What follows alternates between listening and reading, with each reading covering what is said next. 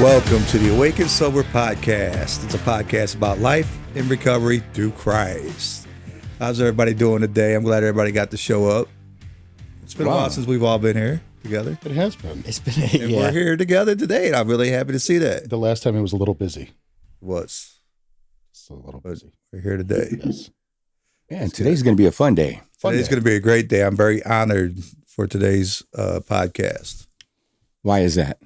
We have a special guest today, and it is His name is Will. his name is Will, and Will is one of our sponsor. Yeah? What's our sponsor? Tactile Turn, buddy. Tactile It's the turn, pens man. we We got use. stuff all over the place. Yeah, we do. Got copper. this one. Oh, he's gonna Zerk. go through the whole thing, Zerk. Will. Yeah. He's gonna break out copper, Zerk. I got the Grinch. The Grinch. Yeah. Man, this guy. The reverse 8-bit. Yes. Yes. The reverse. Well, while he's going through them all, Mike, how are you doing? I'm doing well, man. It's good to see you guys. It really is. It's been a couple weeks, and I missed you. I missed you guys so much.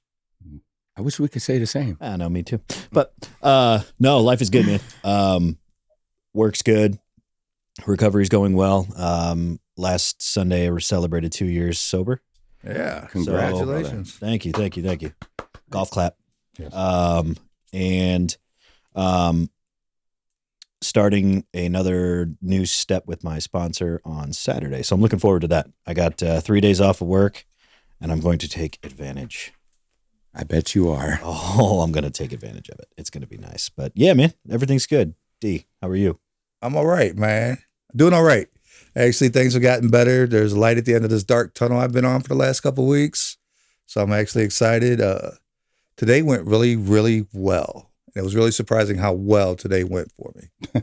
and you laugh, but I was taking care of things that were messed up from the person that was in the position before me at our other facility. So it was like, oh my gosh, this is stuff back in December. What am I going to do with it? But I made it happen, and it went very smoothly.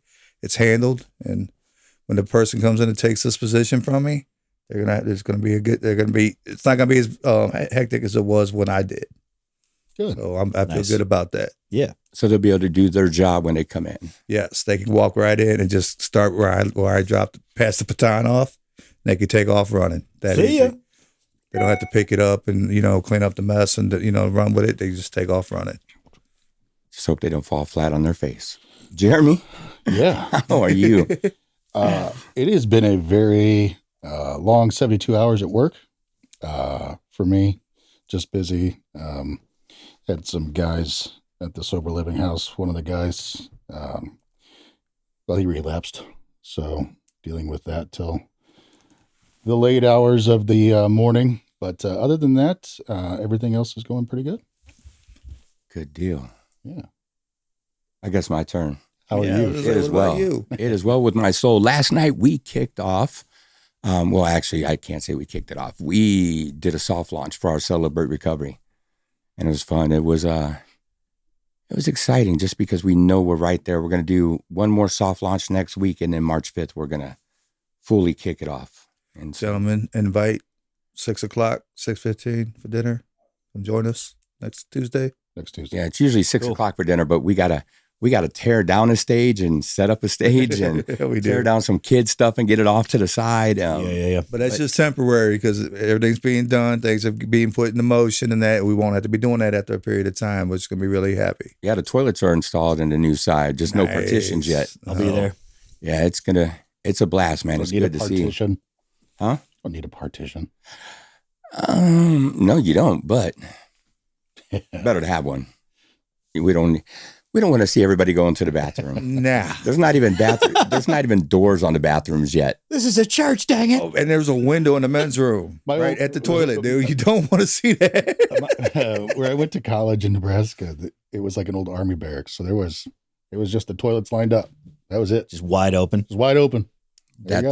That's That's problem. awesome. He went to school in Nebraska. I went to the vacation where I stayed at on vacation. The bathrooms were like that. There was no partitions in between the toilet stools, man. Yeah. Yeah, that's not a vacation. There was nothing in prison. between. There was no walls between the showers either. Well, Yeah, a 5-year prison vacation. was not a vacation, brother. Well, I didn't have It was to a sabbatical. It's sabbatical. There you go. Didn't have to pay for anything, right? No. Oh, Will. I don't know. It's the state of Florida, man. They charge me for being there. Anyway, Hey, Will, how are you doing? Good to have you here. Doing well. Excited to be a part of this, and looks like you got a good group of guys around you. Yeah, it's a lot of fun. We will give each other a hard time. One of them walked in too late to have an excellent dinner. My wife has been cooking on Wednesday nights for us for the for the podcast, and she made fajitas tonight. So they were good and yummy. Yeah. I guess Jeremy be stopping by I will be. the kitchen on the way out. Yeah, Yeah, he'll those take it to Lolitas go. over there, and I'm like, No. Yeah, hopefully we'll be able Wasn't to. mine, but no. Hopefully we could come down by you Cut the and mic off. go for a tour. What do you say? Something about a mic? What I happened, was Will? just gonna say, you cut the mic off and go grab some fajitas. Yeah. I like him already. Oh, Well, I mean, food is a necessary part of recovery, right? yes, it Yes, is. it is. Yes. We are some guys that can eat. Uh-huh. Uh-huh. yeah, none of us are small in this room. No, That would be cool to do a remote from down there. That would be really neat. that would be. I would love to take you guys down there. One, we could eat Trinkies right by the shop and then go for a tour in the shop. Will, how's that sound? When you let Will maybe let us do a show in the shop. Come on down. He always says the same thing, just yeah. come on down. Love it. Yeah, he'll I don't never know if turn we, you down. we could probably figure out some way to do some sound deadening stuff because, and we don't run as many hours these days, so we can have the machines off. I won't mind the sound. Come on down. That'd be That'd be excellent. awesome. Thank So- you. Give us a little bit about yourself, some background. Where were you born, raised? Any religious upbringing? So born in Dallas, currently live in Richardson, just outside of Dallas. So haven't moved very far. I guess have pretty much stayed in Dallas my entire life or somewhere around Dallas. Didn't have a religious, childhood. My next door neighbors were Southern Baptists and went to church with them a few times. Was in Boy Scouts and I'm an Eagle Scout, and really that was the most church I ever really did. We were the ushers every fifth Sunday that there was. So a couple times a year. So really, didn't do a whole lot of spiritual anything. Didn't do a whole lot of religious anything as a kid. My parents were somewhat raised in Christian churches, but they, I think somewhere in like their teens, were kind of given the option to go or not. And they decided to kind of stop, I guess. And so they were never, I don't remember them ever talking about faith of any sort, which is kind of a shame. I sobered up, I guess, effectively a couple weeks after my dad passed away, or a week after my dad passed away.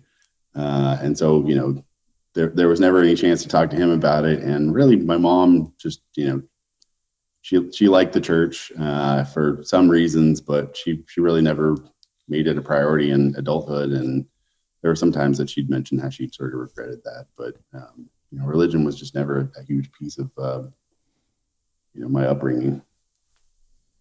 It's for quite a few of us. Yeah. Yeah. I mean, for me, it was, I went to Catholic school, K through 12, and I got the same kind of thing. I turned 12 or 13, and I got that choice, and I stopped going because what 13-year-old wants to go to church? I guess that's why we don't give our kids a choice. Yeah, mine won't have one. I know that. Yeah, there's nothing wrong with that. So tell us about your childhood. Generally pretty good. So my parents, like we were talking about sort of before the podcast started, my parents made scale models, and so they had a small business. And so I kind of grew up around their small business and in their shop. So they mostly did like plastic and wood based stuff. My dad, actually, my mom started the business, which is kind of a strange thing, I guess, for a woman in, I guess it was the early 70s. She went to school and, got out of school and married a guy and started this little business. And my dad came along a few years later and helped out, but it was pretty much just them and their small business. And So when I was a kid, it was pretty much them, and occasionally they'd have one or two people, but for the most part, they just needed, help here and there. And so when I was really little, I got to help out with making trees and other random little things for their scale models. So they did, developments in and around Dallas, and some buildings are in and around Dallas. So they were always just needing some, sometimes very low skilled labor. And so I got to help out, and I just, kind of grew up in their shop. And as I grew a little older, got to help out with, moving things around, and got to do slightly more skilled stuff. But generally it was a pretty boring middle class, lifestyle. My parents worked pretty hard. My dad worked really hard. And they were, generally good parents. They weren't heavy drinkers or anything. They never used any drugs that I know of. I think they would have, a beer at night, pretty much every night, and that was it. And so when I started drinking sometime, I guess probably 13 or 14, and it wasn't particularly common at that age, but I pretty much always just wanted to go overboard. And there was always a question of like, why do I want to do this way when my parents never modeled any sort of, overboard thing. But as I grew older, I learned that my mom's side of the family has a fair amount of alcoholism in it. And so it started to make a little more sense when, the genetic component is strong on that side of the family. And yeah, but generally, good upbringing, did decently in school, even through high school, sort of went off the rails towards the end of high school. Well, really beginning of college. So, nothing particularly interesting with childhood. Just kind of. He lived a nice, boring life. Yeah. Quote unquote normal. Yeah. Yeah. Yeah. And, that's the weird thing, right? Like my sister and I can talk about it. And my sister, when she tells the stories of our childhood, it's, our mom was a, completely self-absorbed person. And like, I always thought my mom was a nice lady. And, it's, I don't know if you guys have ever experienced that, but No, not my in our sister, lives. what's that? I said, no, not in our lives. So was it just you and your sister then? Yeah, just me and my sister. Yeah, she's a year and 13 days older than me, so we're virtually Irish twins. Wow. Seen a lot of that lately. Yeah. Yeah. You kind of talked a little bit about it, but what was your first drink experience like? You said about 13, 14, but what was it like the first time you remember? So it was a buddy from Boy Scouts. I guess there were a few of us over at his house, and I guess he had access to the liquor cabinet and, mixed up. I don't even remember what it was, but I was kind of given a big glass of something and knew that there was alcohol in it, and drank it down faster than I should have, and definitely felt the effects. And ooh, I like this. There wasn't a whole lot of. I've heard people talk about how it really made them. There was just an instant. Now I find can finally feel comfortable here, and I there was probably some of that. I don't think I ever really felt like I was severely disconnected with the world when I was a kid, but there's something about alcohol that was just alluring. And that first drunk was a fun one, and hung out with him some more throughout the years, not like every weekend or anything, but definitely first going completely overboard was with him. I think probably a couple years later, maybe a year later, probably 15-ish. He had a fake ID, and we got 12 packs of Bud Light, I think it was. And for some reason, I decided, this is probably less than, I don't know, fourth or fifth time of drinking. I decided to challenge, him and a couple other guys to who's going to finish their 12 pack first.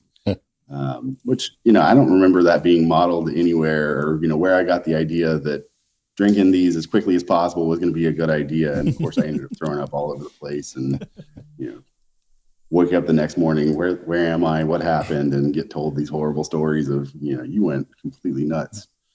But, from very early days, I went too hard too quickly. And I think that was one of the things that was interesting, as I got to know people that also had, alcohol problems, starting to hear, there are plenty of people that they drink for a good long time and have, they have fun most of that time. And then there's some of us that just go balls to the wall from the very beginning. And, there wasn't a whole lot of moderating any of my drinking ever. As soon as I had enough supply to get drunk, it was pretty much going full force for it. What if that's like a younger kid thing? I was just thinking, if you ate first, you're last. Yeah. Yeah, you could even be fifth. Competitive. Yeah. I just don't know if that's the youngster in us that makes you drink like that, or if it's just some of us, that's what we do. And I think, it's funny. It's like there's a little competitor just inside everybody, I don't know what it is, but Will, you're not alone. Yeah, for sure. Yeah. So you said, and you said it was pretty balls to the wall from just a couple of years after you started. When do you think you realized that you had an issue, that you had a problem with alcohol or substance? I think I pretty much tried to stay away from drugs until I graduated high school. And for some reason, somewhere around after graduating high school, I guess, I don't know, 2 or 3 weeks after I graduated, I moved into an apartment with a buddy of mine. And I think just having, my own space made it, you can do whatever you want. And, but I do remember in high school staying away from, I had some friends that smoked a lot of weed and, pretty much stayed away from that. But for some reason, something changed. One of my friends had, access to, he had a friend that was selling Percocets. And so I think that and Valiums. And so I decided, let's give this a try. And so part of the reason I didn't quite realize that I had a problem with alcohol was because I moved on to other things and eventually circled back to alcohol. But, pretty quickly after I found those opiates were the thing. And so I went pretty crazy with opiates and found out that I had kidney stones when I was 19 and had to get those removed. But I was able to use the prescription for that to then go doctor shopping on the internet and got a bunch of, prescriptions of hydrocodone coming every, I think I had at one time like 10 different prescriptions coming through the mail every month. And at some point, it just became difficult to do that. And I met a guy that, I could buy some pills off of him. At some point, couldn't even keep up with that. And he offered heroin. And there was, probably 19 or 20 by that point. The idea of heroin was like, why would I ever want to do that? But I was getting dope sick off of not having any opiates. And, eventually became desperate enough that I decided, I'll give that a try. And so I snorted heroin for, a couple years. And, that went on for a few years, ended up getting on methadone. Well, probably a couple years at that point.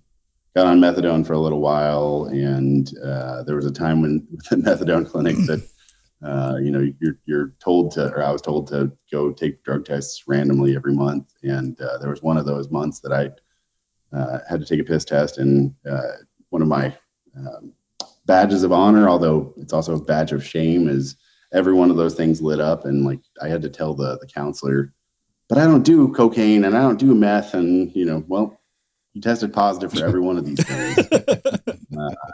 And, it was just nuts. Cause like, there wasn't a thought in my mind that, anywhere in there. And the entire time was completely unmanageable.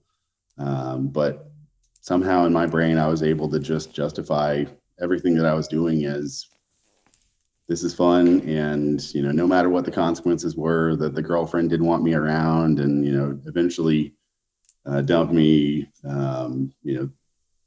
somehow was able to string things along for a while, but it probably took, several years. I ended up getting sober just before I turned 26. So sort of 19 to 26 is kind of this blur of just,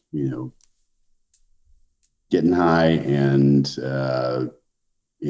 pretty much avoiding anyone and everything, working just enough to survive and somehow keeping some of those jobs, but towards the end started getting fired from stuff. And anyway, back to the original question, when did I start realizing that I actually had a problem? It was, probably 6 years of thinking that I could somehow clean it up. And, there were periods where things got slightly better. But really towards the very end, and we can get into that before too long, things got so dark that there was no question of, do I have a problem? Of course I have a problem. There was probably a while there in that last year where I just had no idea how to stop, that I knew that I was so physically addicted to both alcohol and, opiates that I had no idea how to stop.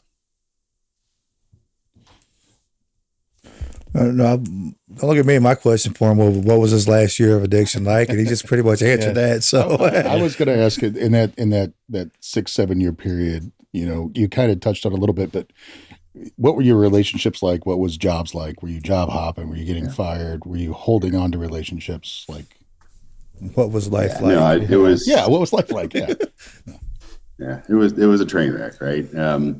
I didn't finish college, so in that time, my parents' business failed when I was about 18. So, like, as I was going into college, couldn't do FAFSA because they hadn't done their taxes in years, and didn't have the money to go do much, and so they held on to that resentment in the early days of sobriety for as long as I could. That a bunch of my friends were given free rides to college, and I had to kind of figure some things out. But I think the last year, I think I'd gotten fired from, I did pizza delivery through my early 20s, just because it was one of those jobs that, could do it drunk and high, or, not super drunk and super high, but the second I got off, I was, off to the races, drunk and high, especially towards that very end. I got fired from a Papa John's, went over to a Pizza Hut, got fired from that not long after that. Ended up living back with my parents that last couple years before things really got terrible. And, like I said, I think I had a girlfriend that broke up with me at 23 or 24 and just, tried to hide what I was doing when I was living with my parents. And it was just a miserable life of like, unemployed towards that very end, was living with my parents, had no prospects on, how I was going to move forward in life, didn't finish college. Had all my friends that, had finished college and they were starting to get married and have kids and, have great careers, and was starting to wonder, what is going to happen to my life. And so, totally miserable was the answer, and had no idea how to change things. And I think there was a time in there where things got pretty bad, and somehow my parents found out that, I was doing all these drugs, and they tried to help me out, but they had no idea what to do. Mm-hmm. Just like, non-addicts and non-alcoholics don't really know what to do with addicts and alcoholics, right? There's something that we know how to communicate with each other in a way that no one else can. And amen. Yeah. So what was the straw that broke the camel's back? What was it that made you decide to get help? So went to one 12-step fellowship, probably about 24, and just wasn't willing to do anything there. I wanted to show up at 8 o'clock and leave right at 9 o'clock, and didn't really get to know anyone well, and certainly wasn't willing to work any steps. And so, but somehow life did actually get better. I stopped doing heroin, but I was still drinking, and I was still doing, other pills. But life actually did get slightly better for a minute. I got a job. I was running a yogurt store, and just, I guess, started to think that, well, maybe that wasn't that big of a deal. And, which is totally insane that, just quitting heroin somehow made my life slightly better. But not too long later, went right back to doing heroin, lost everything again.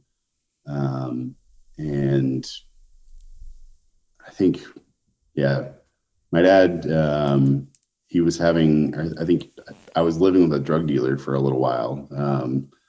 Wasn't talking to anyone, had sold my phone, just was this kind of complete recluse, and ended up talking to a friend that told me that my dad had had some strokes. And so I went back thinking that somehow I was going to help out, even though I was a total wreck. And was basically just causing problems for my mom. And I think she didn't know that there were any sort of indigent treatment facilities around. And so one of her friends suggested dropping me off at a homeless shelter in Dallas. And I think that was the best that she knew. And, because she knew that she couldn't help my dad and me at the same time. And ended up breaking into a house not long after. So that lasted, I stayed at that homeless shelter for a couple of weeks. Ended up breaking into a house and ended up going to jail for most of 2011. And in that time, kind of got some time to reflect. Did 5 months in county jail and then 6 months in jail rehab. And, at the beginning, I was just trying to figure out, like, how do I get out of here and how do I go back to the awful life that I was living? But somewhere in there, kind of realized that I got to make some changes, because the idea of in and out of prison, which was, the next step if I was, to violate probation, wasn't going to be a life. And I don't know, I guess after hearing a ton of people in jail stories, most of them, whether they wanted to admit it or not, had something to do with drugs and alcohol. Maybe I should probably put a real effort into staying sober. So I got out and came to a 12-step fellowship and decided, you know what, I'm actually willing to do this stuff. And just also get willing to, or, open to the ideas of, spirituality. And, I was not like a militant. I was never an atheist. And I certainly, I guess I would have considered myself an agnostic, because, where's the proof in any of this? And so when I first looked at 12 steps, the idea of, the whole God idea to me seemed pretty suspect, but I also didn't have any better ideas. And, luckily doesn't take a whole lot to just give it a try, and, started doing some prayer and realized,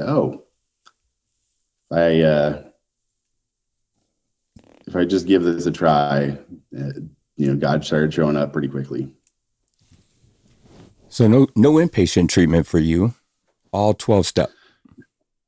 Yeah, well, there was, I guess there's jail. 6 months of like jail rehab, which is not, it's not real rehab. It's mostly just keeping people locked up. And there was, very little recovery.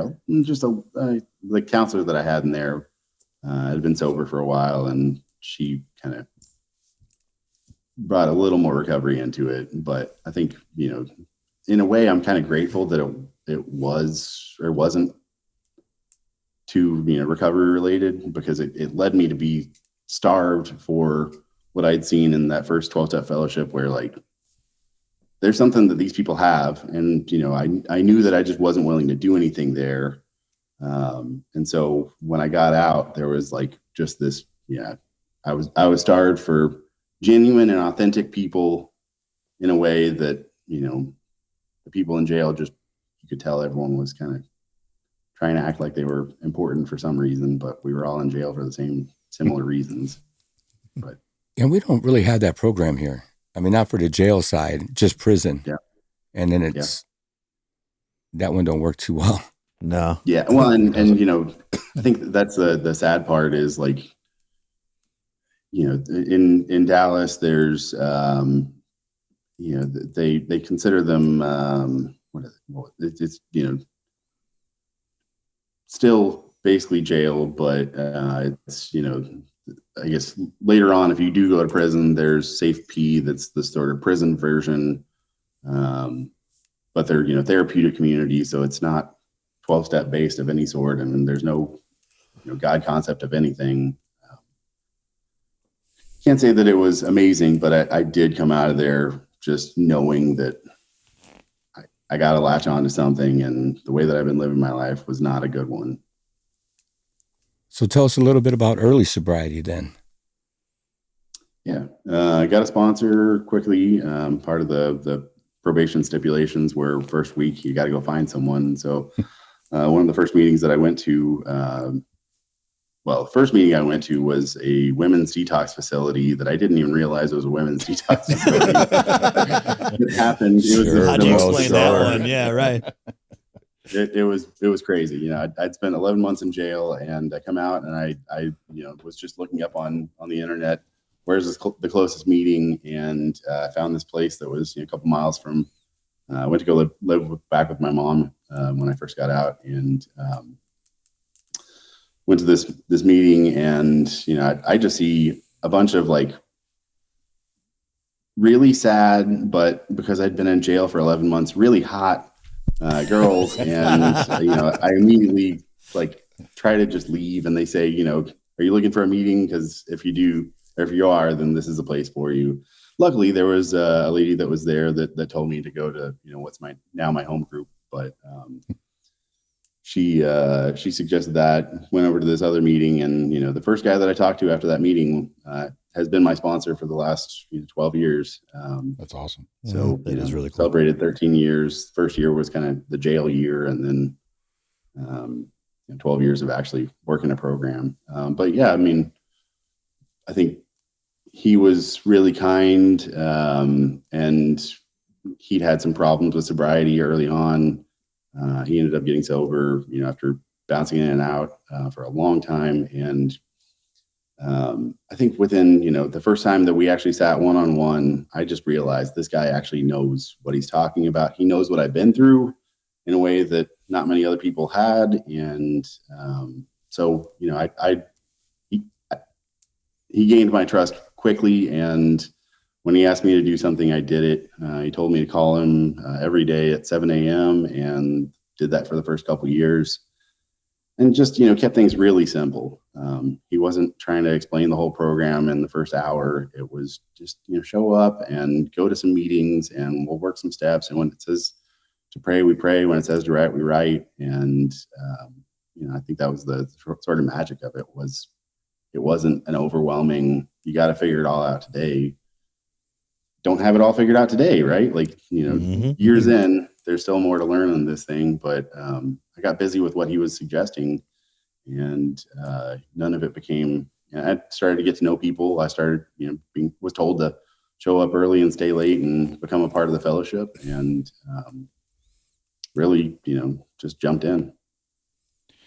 How quickly into your sobriety did the promises of the fellowship come true for you? I think it took a while because, I burned most of the bridges before I showed up, and people were pretty skeptical. My friends and family knew that I'd been in jail for a year, and they were pretty leery of, who I was, which they had every right to be. There was a time when I was, why aren't these people welcoming me with open arms? Well, because I lied to them and cheated and stolen from them constantly for the last several years. And, it took some actual effort. I think really, before I started doing the amends process, no one really started trusting anything. And, some of that was that it needed to take some time, but I think, it probably took, 6 or 8 months to get to the amends process. And, that was when some of those promises really started showing up, that, people saw that I was really trying to do things differently today. And I mean, I'm pretty sure my mom didn't trust that I was going to stay sober for 2 or 3 years. Because she just, she had some baggage that, and, I was not showing her, or previously wasn't doing very well. And so, it took her a long time to really trust, Will's actually doing something right.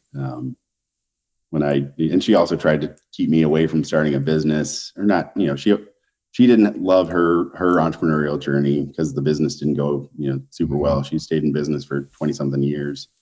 But it wasn't, didn't provide her with a secure retirement or anything. And so when I started doing the Kickstarter thing, she kind of, the Kickstarter is how I started the business. And she was pretty leery. He's just,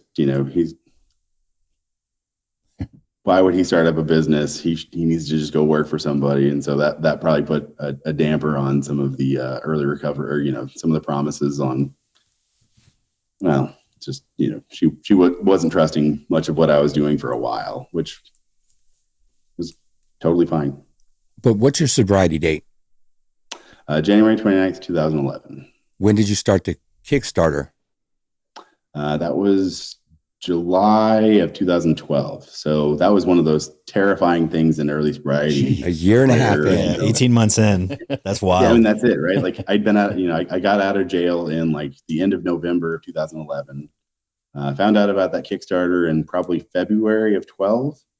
And then, the next few months I was figuring out how to make prototypes and how to get, a decent video made. And so, there was definitely some terror with starting the Kickstarter because, what if people go searching and find who I am? And somehow it's never been a big thing. I mean, this is like the first actual public thing that I've certainly spoken at some meetings, but I've never really shouted from the rooftops what, who I am from a junkie background. And, these days I can talk about it willingly because I hope that it is a message of recovery and, message of hope, I guess.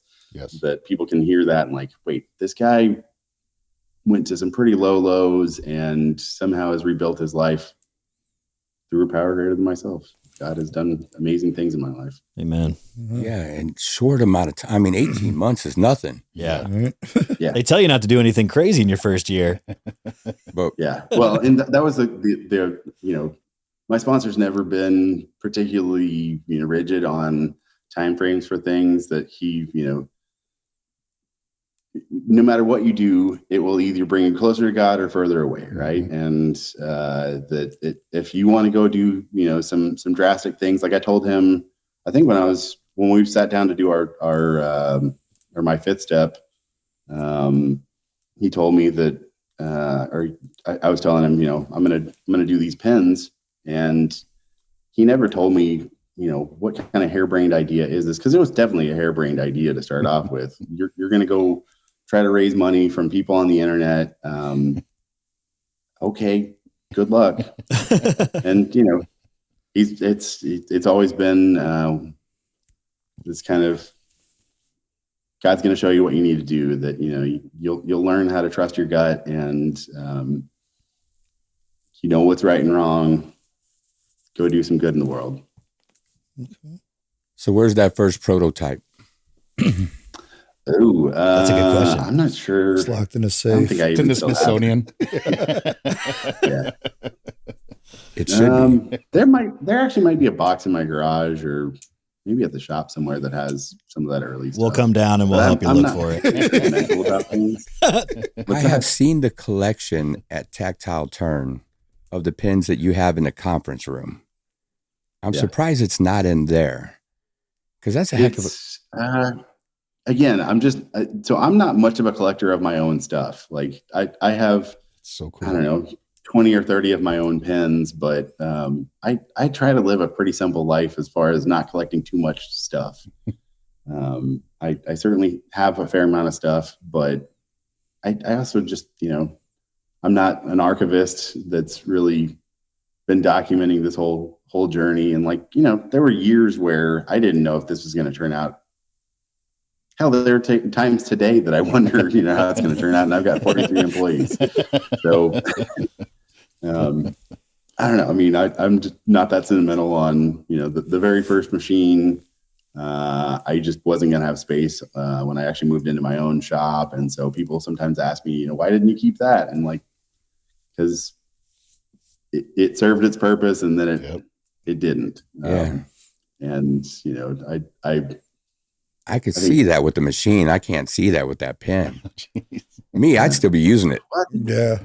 I know me. There's also things have changed so much over the years that like those early pens, I have to look back and give myself some grace that I was doing the best I could with what I knew. But I look back at some of those old pens and I look at what we do today, and it's just such a night and day difference that like it probably took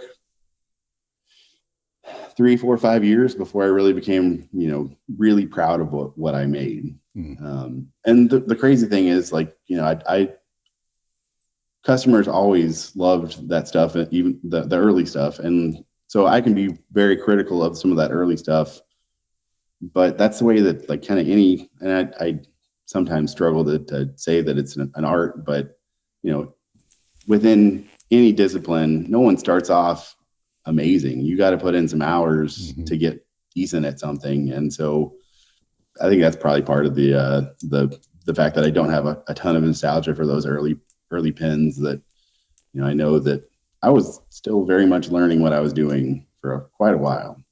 Yeah. I think what you just said can relate to recovery in a big way. Yeah. You're not great right off the bat. It takes a lot of work and it takes patience and time. And I love that you stuck it out, because now we are reaping the benefits. I loved how he said too, it served its purpose. Like, Yeah, oh, yeah. I mean, like there's parts of our recovery and it's like, okay, that serves that purpose at that time. Right. For sure. So you talked about Absolutely. your relationships in the midst of your addiction or substance abuse, as opposed to those relationships then and your relationships now. How would you describe your relationships now? And who were, as far as family, friends, who were some of the big people that, really helped you along the way? Yeah. I mean, such a night and day difference, right? I was, and I'm still friends with some of my friends, from those early days. I still have quite a few friends from Boy Scout days in high school. And, some of those I'm really close with. My best friend, Eric, I've known since I was like 5. He's been through, all of it. And he's really probably the person that has really seen such a transformation. And,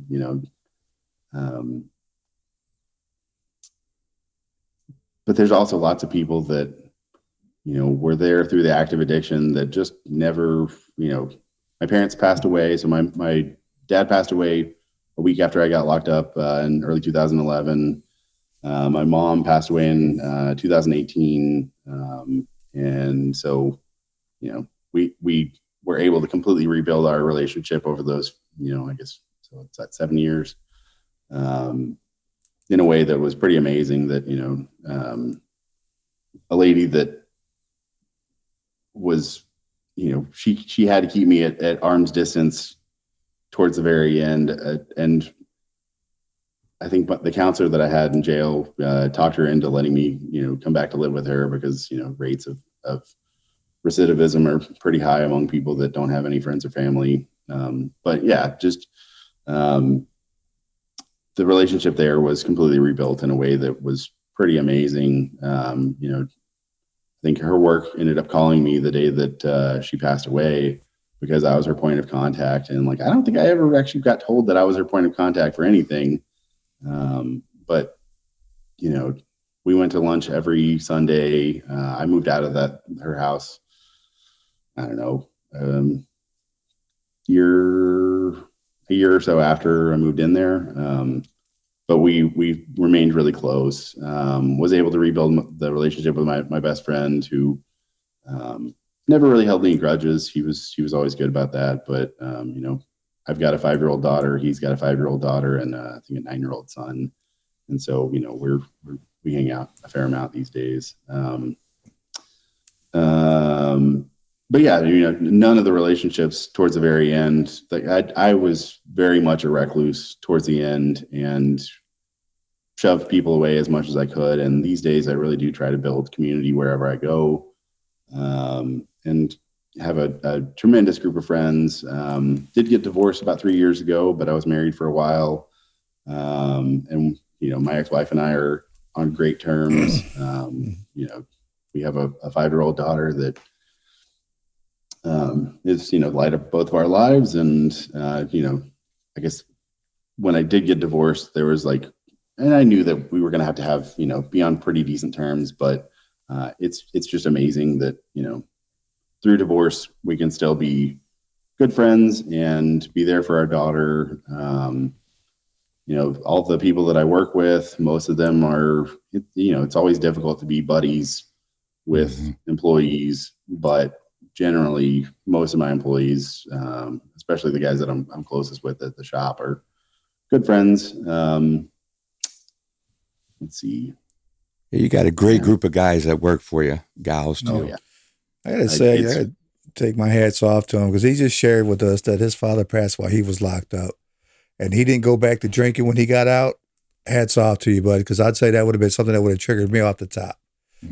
So the fact that you was able to come out and still continue your recovery, even though having that on you, that's some powerful stuff, man. Congratulations. Thank you. And that's when things get so bankrupt that, you got to make some changes. That's where I was at, where, I think I know that God works in my life in strange ways. But, the fact that I got connected with the sponsor that I currently have, or that I've had since the beginning, and, God certainly nudges people together, and, certainly we're very likely, the fact that we're talking today is God nudging me and Shane together, at a knife show, whatever, a couple of years ago. There's all those like strange instances where God pushes me towards people, and I can consider it, chance, but the reality is I guess when I start asking for, I need some help on something, someone shows up. And same thing, if I can be helpful to someone else, it's hard to think that that's just chance that, I was trying to find my very first order with Tactile Turn, but I couldn't find it. I must have deleted those old emails. I could probably look it up, but I was trying to figure out what year that was. And I don't even know how I found Tactile We did Turn. change, originally it was Kickstarter for a while, and then I had a website through Squarespace, and I think 2016 or 17, we moved over to Shopify. So if it was before then it's hard to know, but Yeah, it's been a while. I do know that. Go ahead. Yeah, no, I was going to say, Will, thanks for sharing. And you said earlier about, you've never done it on a scale like this. And then I'm sitting here thinking, I met Shane. Shane got me obsessed with pens. This idea of a podcast was born. And then it's like, hey, this is who we really want to be a sponsor, and then it's just like, and then your story. And then it's like, wow, we're connected in so many ways. And I've never met you, until right now. Yeah. And it's just kind of awesome what recovery can actually do, and that is God. Talk about nudging people together. Yeah, that's what I was thinking. It's pretty amazing. Yeah, because we all write. That's all we do. Yeah. None of us type in this room. Well, I tried once, but I got scalded for it. So I don't know. Do you sponsor anybody? You have any sponsees? Yeah. I've sponsored a ton of guys over the years, but currently, I guess I've got 3 that are active. But there are also several that have moved away. I've got one down in Austin that, I when I sponsor guys, I try to make sure that I actually see them pretty regularly. And so yeah, he's down in or a couple guys are down in Austin. I absolutely, can't keep it unless you give it away, right? And I also, it's the thing that recharges my batteries more than anything else. That, talking with someone that is going through some stuff reminds me, how far I've come. And also it's just nice to be able to feel useful. Business and personal life can be one thing, but there's just this like different thing that happens in recovery that, I'm so grateful. The only way that I can never repay my sponsor for what he's done for me, but the only thing I can do that's kind of you know, a bit of repayment is trying to do the same thing with others. And, you know, my sponsor jokes that, you know, he issues a spiritual lasso after we finish that 12 step. And he's been, well, I guess I got my first sponsee like literally the next day after I was issued that spiritual lasso. And, you know, it's, I think, I don't know about you guys, but, you know, sometimes people, or I see guys that wait for someone to ask them to sponsor. And, you know, anytime I see a new guy at a meeting or someone that I don't recognize, and sometimes those people have 20 years, sometimes those guys are brand new. And, you know, it's what an honor to be able to try to, you know, share what we have with someone else. And I'm always amazed at how great it is to be able to pass this thing on to someone else. Yeah, I will never be able to thank enough for what's been given to me. I just find it amazing you had the same sponsor. Yeah. It's genuinely strange because, you know, I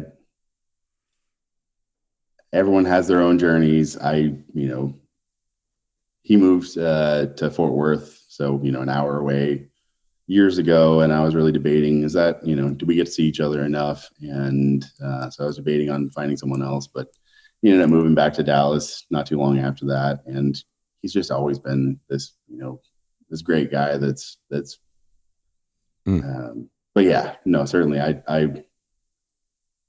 guess it was always told to me, you know, if you, and I try to tell my guys the same thing, you know, I don't want you to ever feel like you're obligated to work with me, right? Like if you feel like you're at a different point in your life that I can't help you, then please go find someone else, right? And the fact that I'm just not going to shove this down anyone's throat.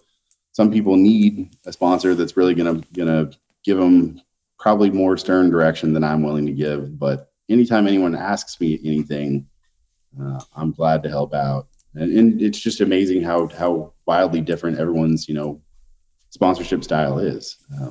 I love some of those crusty old guys in those early meetings that were, you know, we're quick to tell people to sit down and shut up. And I don't really do that these days, but I'm glad that I heard some of that. And I think there's a spot for all of us, right? Yeah, I don't know what I would have done if I wouldn't have had somebody in the meeting that said it. Right. Yeah. Because that's what it took for me, is hearing Angry Scott, hearing, if you want to quit getting a white key tag, here's what you need to do. Yeah. That's what it took. Mm-hmm. Yeah. So how do you maintain and- your? Sorry, go ahead. No, Go ahead. I was just going to ask. So, you know, with your sponsorship and everything like that, what does your program look like now? How do you maintain your sobriety? Yeah. So same thing that was told to me early days. 3 meetings a week minimum. I guess, you know, those early days when we were going through the steps, we would sit down once a week and go through that. And I try to make sure that I've always got, you know, someone to meet with generally once a week to make sure that we're working through some steps with, you know, or I'm walking them through some steps. You know, prayer and meditation, I guess is, you know, a big piece of my life these days. So, you know, get on my knees in the morning and get on my knees at night, and certainly say some prayers throughout the day. Spend some time getting quiet and listening, and trying to just stay involved. I mean, we do dinner with a group of, we got a text chain with sort of my sponsor and my sort of sponsee brothers and my sponsees and those other guys' sponsees. We have a lineage meeting once a year where we get, you know, there's all of our sponsors and sponsees. It's, you know, a couple hundred people that get together every, I guess, the first December. Anyway, we our sort of more local group, we got about 20 guys that are on a text chain, and we do dinner before a Thursday night meeting. Try to go grab breakfast with the guys after I go to a Saturday men's meeting. You know, try to just be active in the fellowship. You know, I was skeptical about the whole getting really involved. And I think because I showed up at 26, basically, most of the guys that were in the meeting that I went to were significantly older, and I don't know. I didn't quite believe that these guys were going to become some of my best friends. Lately, we've gotten, a fair amount more younger guys, and we've got a good mix of, 20s, 30s, 40s, 50s, 60s, 70s. And so, really just try to stay active in the fellowship and make sure that, there for people. And I guess when I was going through the divorce, when my mother died, there's all sorts of places that people showed up for me in incredible ways, and try to make sure that I'm there for people in the same way. And, when there's a brand new guy that I haven't seen in a couple weeks that I got his number, I don't chase anyone down, but I certainly do try to make sure that people understand, where are you? Because people can just fade into the woodwork. If I was allowed to fade into the woodwork, I certainly wouldn't be here today. Mm-hmm. But because people kind of showed an interest in, hey, where are you? That's what's cool about it. Yeah, that's pretty neat about recovery. They'll show up at your door. Yeah, they will. Mm-hmm. Yeah, and it's a good thing, right? Like I mean, it's a lonely thing, and sometimes when you get down, it's pretty easy to think, you know what, it's going to just be better if I just stay home tonight. No, it's not. Go out there and go do something. Yeah, and it's hard to do sometimes. Mm-hmm. So you've had a lot of blessings since you've been in recovery. I mean, a lot of good things happen. But what is your biggest surprise that recovery has given you? Ooh, I think just how amazing and how nice it is to be transparent with people. Mm.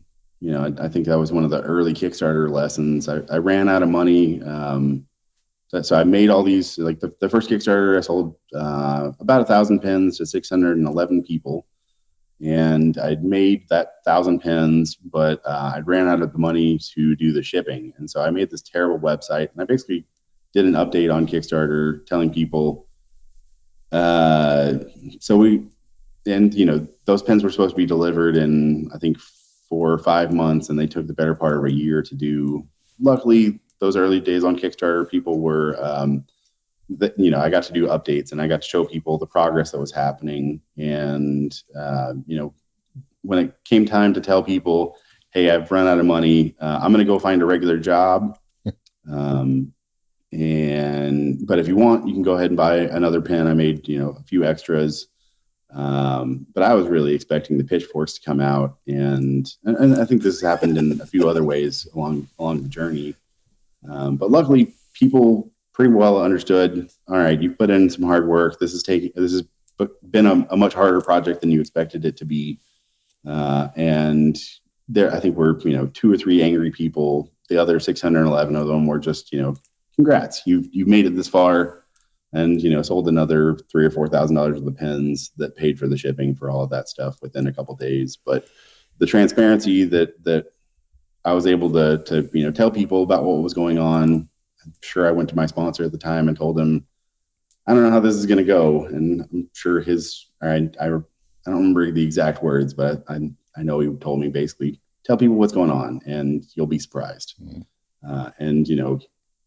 Because before sobriety, I was lying, cheating, and stealing from everybody. I knew that path didn't work very well. And throughout the years, if I can just tell people what's going on, and the fact that I haven't had to lie, cheat, and steal from people, I can just be a decent person these days. And there's certainly going to be problems. When the Kickstarter project was running long, I was expecting that there was going to be more pitchforks. And, especially in those early days of the business, I expected pitchforks to show up, one way or another. And somehow people were kind. And, if I was being honest and upfront and transparent about what was going on, then people showed up and were happy to support what I was doing. And that's kind of been the whole way along the way, right? Like the very first loan that I got for a brand new piece of equipment in 2015, there was a little shame on, I don't have as much in the bank account as I would like to have. And there were, I haven't been in business all that long. And when they started asking for financial documents, I was actually pleasantly surprised. Oh, wow, you've grown this business pretty significantly in these, 3 years that you've been in business. And I think there's a banker that came out that sort of was a nice mentor, kind of telling me how most machine shop guys build a decent life for themselves through real estate. And, I've been guided along when my natural reaction is not to tell anyone about anything. The best course of action is the exact opposite of that. Tell people about what's going on and be honest and transparent about it. And, people are very kind. They can be when we get honest. Yeah. Were you going to ask something, D? Yeah, man. I was going to ask, so what kind of message of hope or like inspiration do you have for our listeners out there about recovery and that? Yeah. So I think the biggest one is, I appreciate the comment earlier about how, this week's been, or the last 72 hours have been hard, right? Like, it is not always roses. There are plenty of times in recovery that life sucks. But there's always that light at the end of the tunnel, that life does get better as long as I'm not actively making it worse. If I'm trying to push through the difficult spots, it happens. Sometimes it takes, weeks or months or years to get through those difficult times. Sometimes it happens pretty quickly. But I think we all know, I certainly know how to make things worse. Putting a drink, putting a drug on it certainly isn't going to give me any better thing. And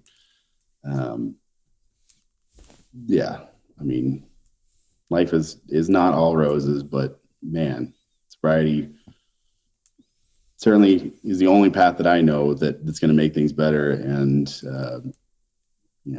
staying away from the things that I absolutely know can crater my life pretty quickly. It's, always been the thing. But also, figuring out that I was powerless over alcohol and drugs and everything else was a pretty liberating thing. And there was a freedom that came with that. But then there was also the next part of get busy and do some work and repair things, trust God, clean house, and help others. And, those simple words with some action change lives pretty quickly. Yes, they do. I like that, with action. With action. That's right. Love it. Yeah. So, Will, there's no better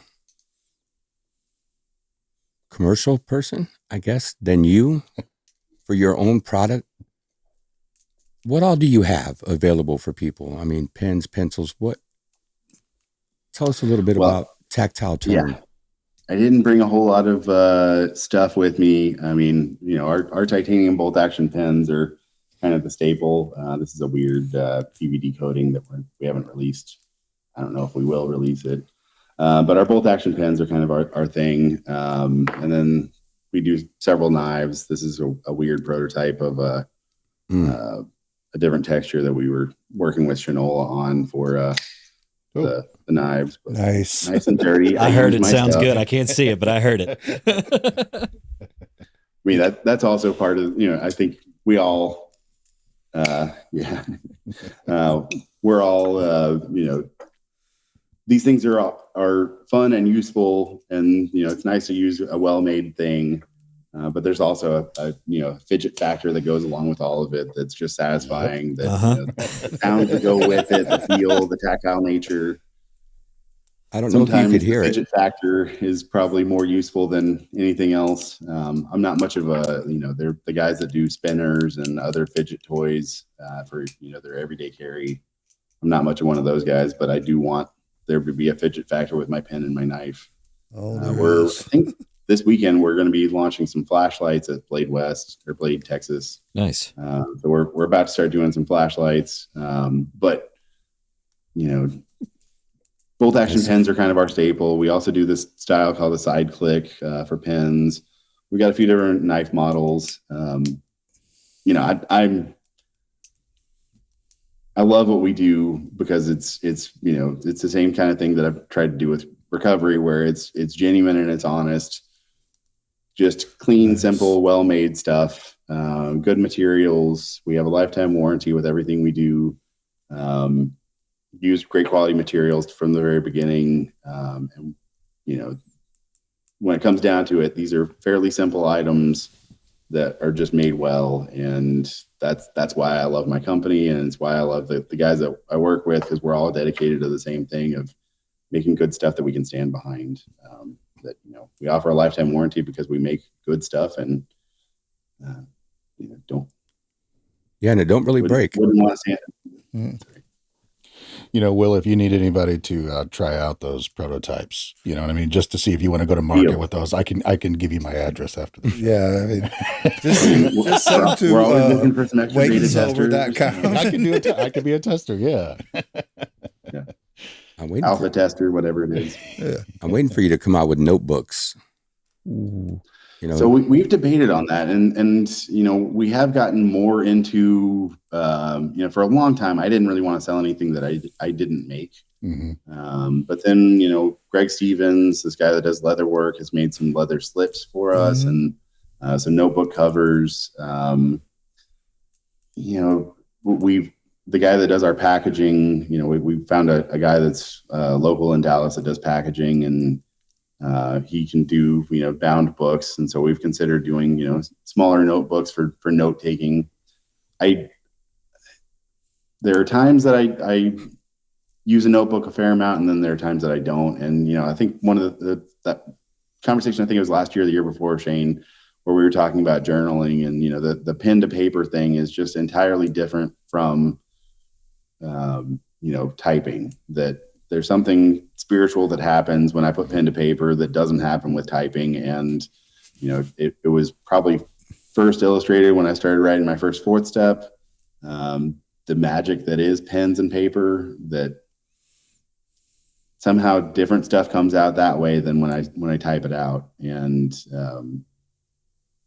I think that's one of those reasons that I fell in love with pens to start off with, and what started, all the other products that we make. But yeah, I haven't really wanted to sell too much of things that we didn't make, but I'm also starting to realize that as long as we partner with the right people that also have the same values of, good quality stuff that they stand behind, we probably can do more stuff. And so notebooks probably aren't too far away. Good. Nice. A5, please. A5. Yeah, buddy. I like the size of the A5s, but I remember when I left, when did those notebooks from Greg Stevens come out? Was that last year or the year before? I think it was 2 years ago, but I don't really remember. Because when I was in Dallas, they hadn't come out yet, and Kevin sent me home with one. So I'm on the plane taking pictures, and he told me, go ahead, post pictures. So I'm on the plane taking pictures. I'm all over the place just taking pictures of it because I finally got something early. I was happy. I was showing that off. Show it off, right? Yeah, I got That's what we wanted to do, is promote it. Yeah. So having that, I got way too much Greg Stevens leather around here. I mean, he's the nicest guy in the world, and I think that's the thing that I really like about the sort of knife EDC world is, and not everyone's a savory character, but there are generally a lot of really good guys that they don't like. And I don't have a giant business, but one of the big principles that we have is make sure that we pay people well, and we take care of people with decent health insurance, and try to have a good, safe shop for people to work in. And I wanted to work with other people that do the same thing. And sometimes those guys are doing it in their garage. Sometimes they have a way bigger company than us. But the thing that I like about the whole everyday carry movement thing that's going on is a lot of it is just genuinely, good people making good quality products. Because I think we've all just bought too much crap in our lives that doesn't hold up very well, and it's nice to have stuff that you really can count on. Yes, it is. Mm-hmm. Yes, it is. And I can tell you, everybody at your shop has a big heart, and that always starts at the top. Right. I mean, we talked about it here, leadership. You're only as good as your weakest link. Yep. Mm-hmm. And I don't talk about it enough, but what Boy Scouts did for me with leadership training. I mean, if you set a decent example, then the people that are around you know who and what you are. Yep.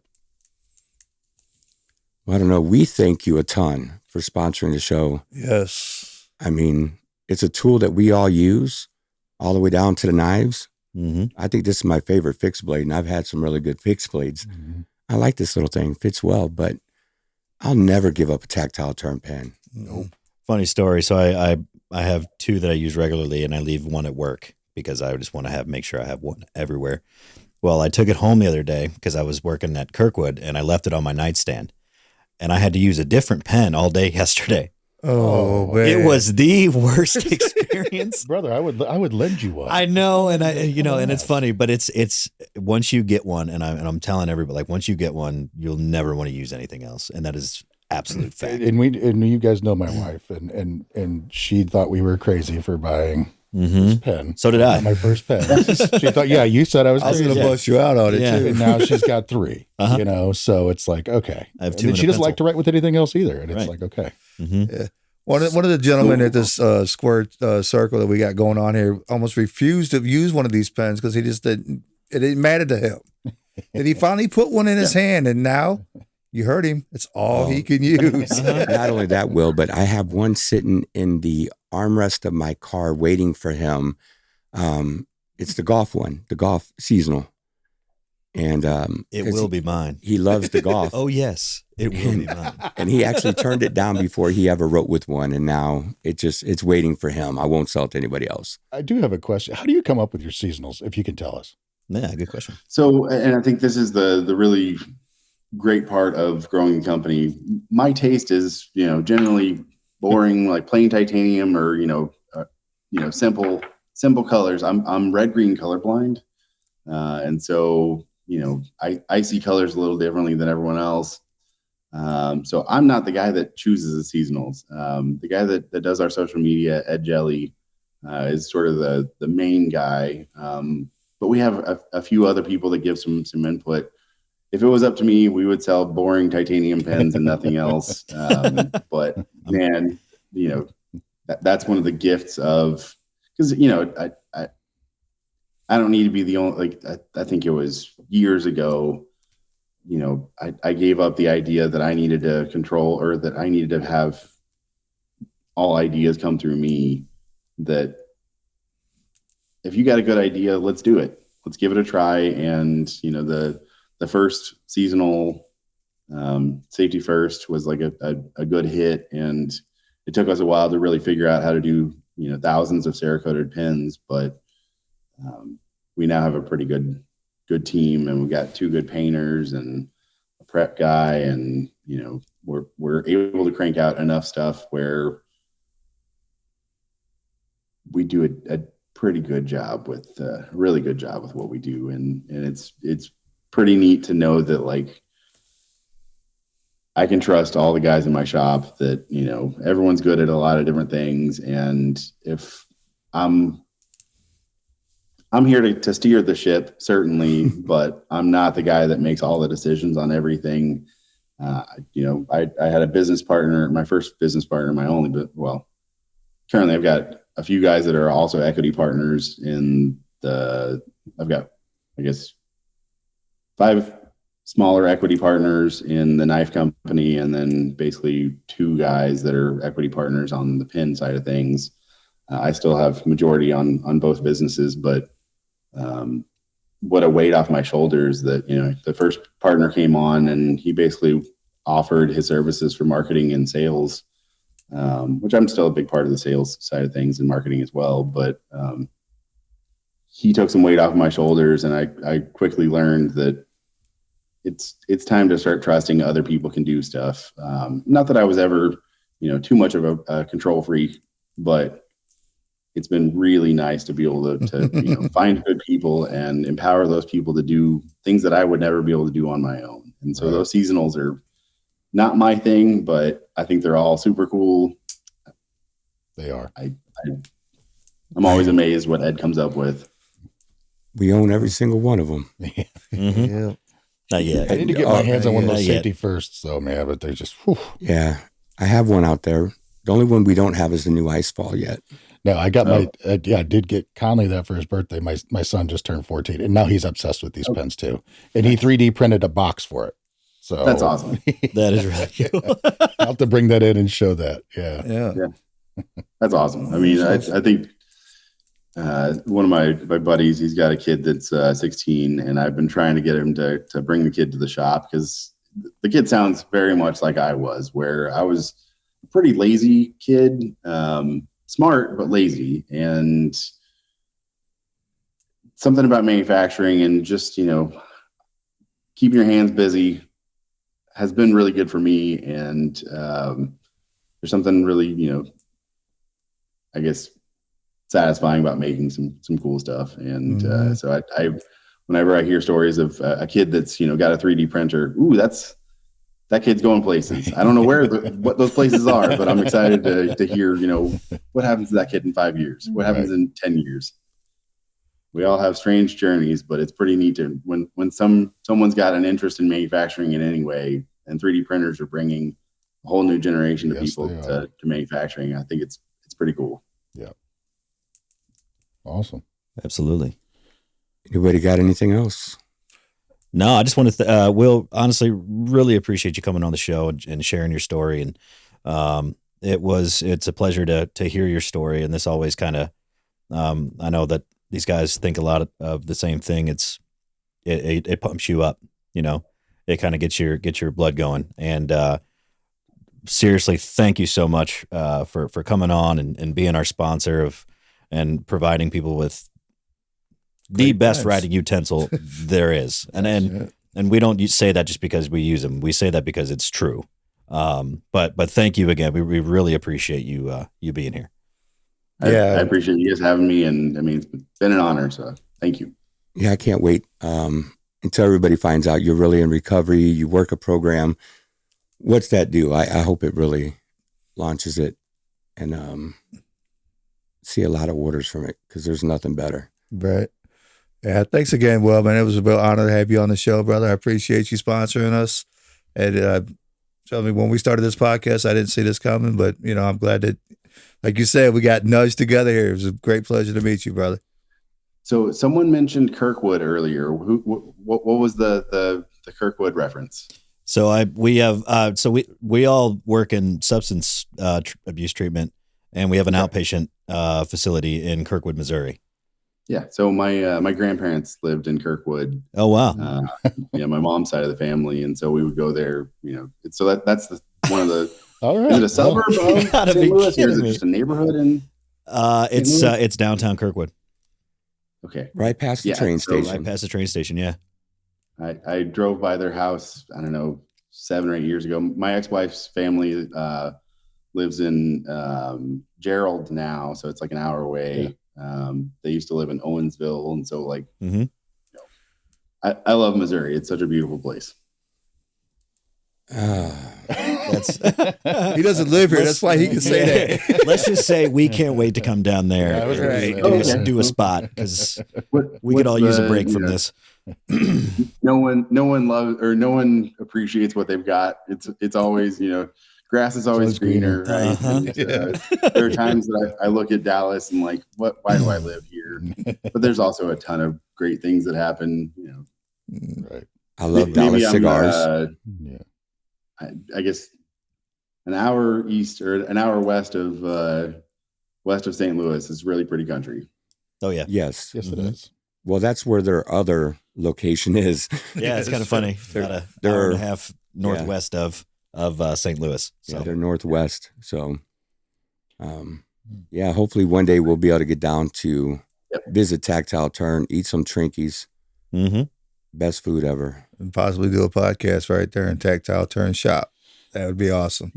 Yeah, Will, thank you. I know I'm just gonna reiterate what the guys said. I just really do appreciate you coming on and sharing your story. You know, the two things I think we could take away from this is no matter where you are in the United States, the world, the program is the same. You know, you hit on that. The sayings were the same. You know, sit down, shut up, and listen. You know, Mhm. and when we had when you talked about the best thing that's happened in recovery, it wasn't necessarily Tactile Turn or family. It was your character, your morals, and that was honesty, you know, and being transparent with others. And I think that's a great message to send out to our listeners for sure. So Amen. I always end with a Bible verse. I know, Shane, you're going to say something, but 1 Peter 4:10 came to mind. Each of you should use whatever gift you have received to serve others as faithful stewards of God's grace in its various forms. Amen. Yeah, you're good at that. Yeah, you are. That's your gift. That's my gift. Yeah. I memorize it. You look them up. That's right. That's right. Yeah, Will, I can't thank you enough, man. And I can't wait to see you again. Just thanks for everything. Thanks for sharing your story, because there's going to be someone out there that needed to hear it. Oh, yeah. Absolutely. You know, It's always bring that message of hope. Mm-hmm. And that's what it's about. So, hey, God bless you, Will. We will see you soon. I promise you that. We will see you soon. Don't go anywhere. Let's just say goodbye to the listeners. Yeah, for all the listeners out there, please don't forget to like, share, and subscribe. We are on all podcast platforms. Will, thank you again from Tactile Turn, our amazing sponsor. We will see you guys next week. Peace.